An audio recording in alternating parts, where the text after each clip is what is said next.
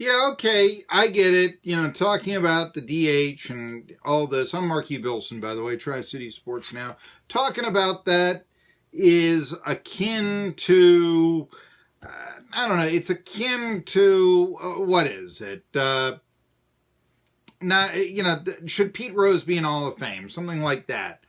I mean, it really, but it just, you start looking at, well, before this, and they said, football's catching up. We've got to do something. Let's create this gimmick. It doesn't prevent football from overtaking. In fact, before this happened, you had faster paced games. And I mean, I've seen it on YouTube. It's early 70s. Hey, the World Series, that's the biggest sporting event in America every year. Now it's a Super Bowl.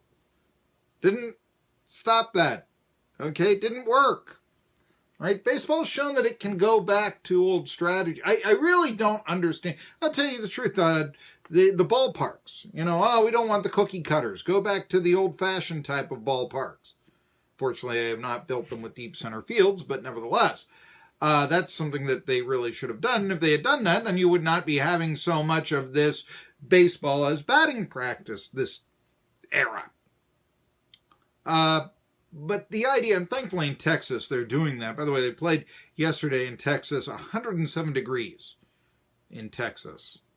Indians and Rangers. There were a lot of empty seats. Why would you go to that game? The only reason, but if you could have gone to a retractable dome, the air conditioning, I'm going to bet that would have been the hottest ticket in town, even with the Rangers in last place.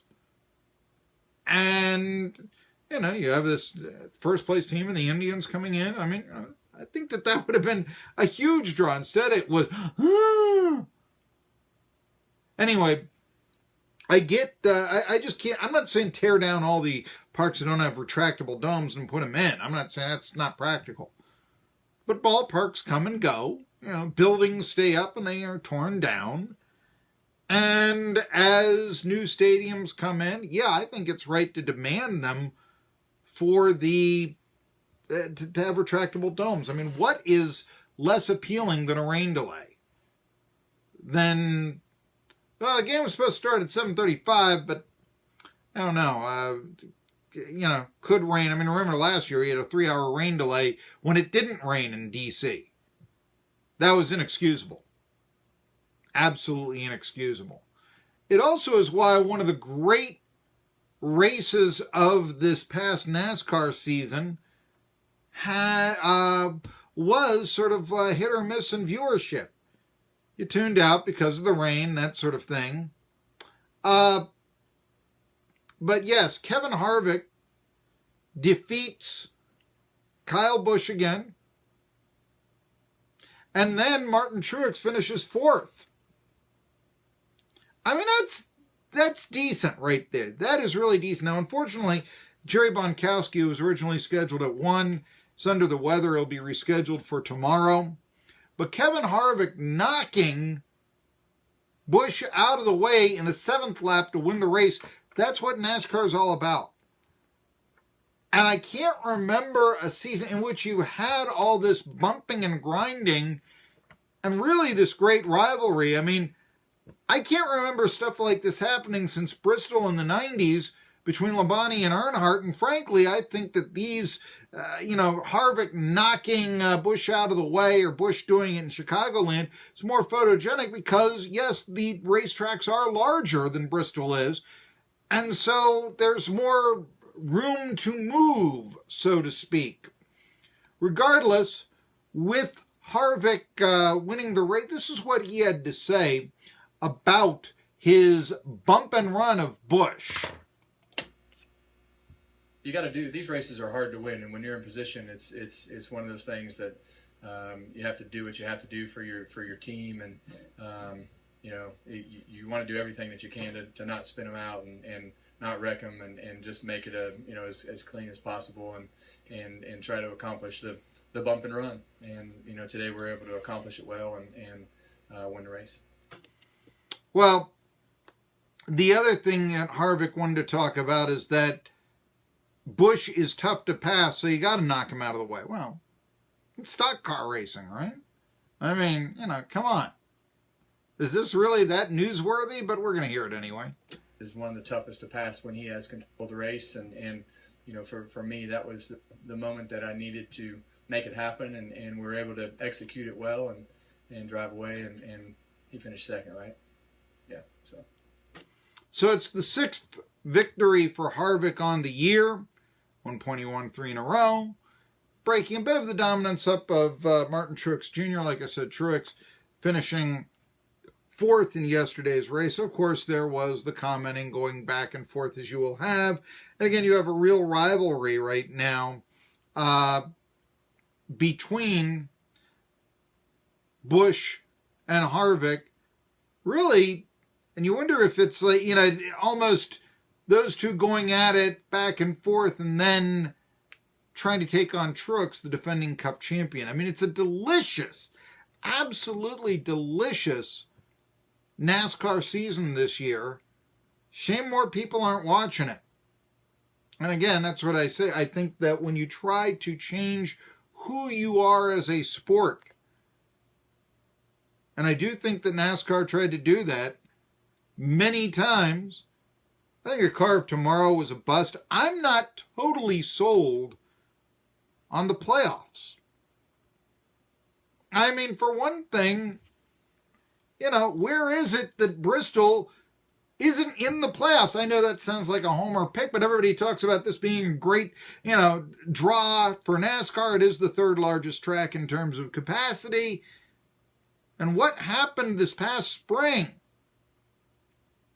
Rain out, or I guess it was a cold out. What was it? Weather delay for a day. Nobody's at the race. I know, would you lose that and change it to the playoffs? Or would you know, lose, let's say, August and move that into more night racing?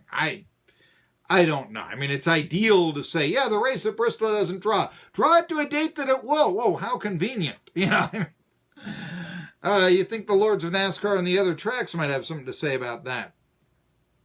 But nevertheless, you know, it also shows to me that that big field that NASCAR has, the 60, you don't need it.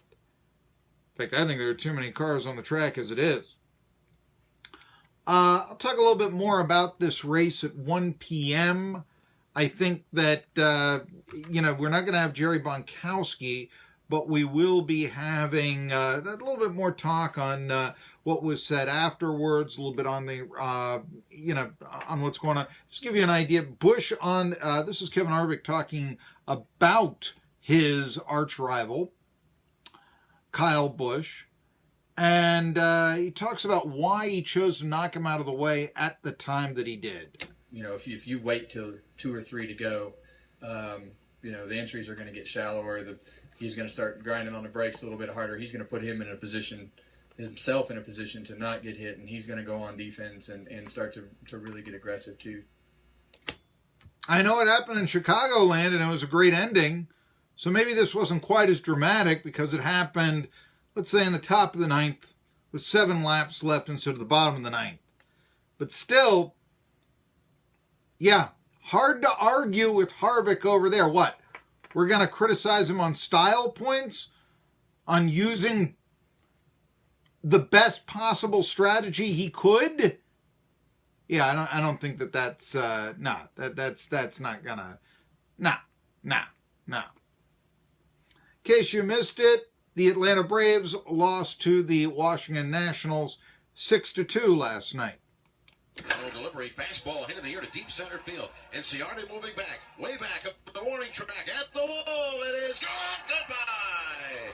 Onto the grassy berm, batter's eye in center field. A long home run to dead center for Bryce Harper. His second hit of the game, his second run batted in. It's home run number 24 and RBI number 55 and 56 here today for Bryce Harper. So that made it 6-2. All right, Bryce Harper doing his, all or nothing, and he was all in that at-bat. Great. All right. So the Nats, they are now within 6 of first place Philly. Braves lost their chance to get into first place. Had they won that game, they would be actually ahead in the loss column. They are still tied with the Phillies in the loss column, so they can make up their own games right there. Braves actually only 4-6 their last 10 games. Phillies 6-4. That's why they are now in first place. By the way, the New York Mets struggle. You see where was it? Syndergaard. Excuse me, Syndergaard. No, Syndergaard. What was it? Not. So Tennessee, I want to say hoof and mouth disease. I mean, no, but what was it? A rare hand and mouth and hoof and foot and whatever it was disease. A disease in which there's no cure. Son disabled, still miss a start. Okay, now I think he got this disease that he got sick. It's believed over the All-Star game at a camp for the youth. That's a shame. Because you can almost now hear people using that as an argument for major leaguers not to attend these camps to teach youngsters the game. And no, they should. Really. Yeah. Anyway, Nationals are back at 500. They are 6 off the pace in the National League East. They are 5 out of a wild card berth. Really, I said this was the chance for the Braves to put away the Nats. Well, a rain out on Saturday prevented that from happening to a certain extent. But Nats didn't do anything to improve their cause either. By the way, the Mets, as I said, now in last place. The Marlins, who did everything to destroy their team, to get rid of any good player they possibly could, well, guess what? They are now in 4th place ahead of the Mets by a half game. Although the Mets have 2 in the loss column. Other news in the baseball standings, by the way, the red-hot Pittsburgh Pirates have won 9 in a row. At one point, it looked like they were going to fall into last place behind the Reds. The Reds had made that gap to a game and a half. Well, now they haven't. Now the Reds are 7 out of 4th, which belongs to former Johnson City Cardinal manager Mike Schultz, St. Louis Cardinals. As the Pirates, Corey Dickerson are just going nuts. I mean, hitting home run after home run after home run in the past weekend or so. And the Pirates in the Ohio River rivalry trying to get back into the race. Here is, by the way, one of those home runs. Dickerson, like I said, really has been hot lately. Pirates won a laugher 9-2 last night, but here's a call of a home run that gave the Bucks a 5-0 lead. Here's the 2-0. And this ball launched to right field. The doctor has just driven one way out of here. Doc Dickerson, a 2-run bomb. It's his 11th. Oh, is he on fire? The Pirates take a 5-0 lead. He has homered in 4 straight ball games. Well, there you go. Dale Long, look out.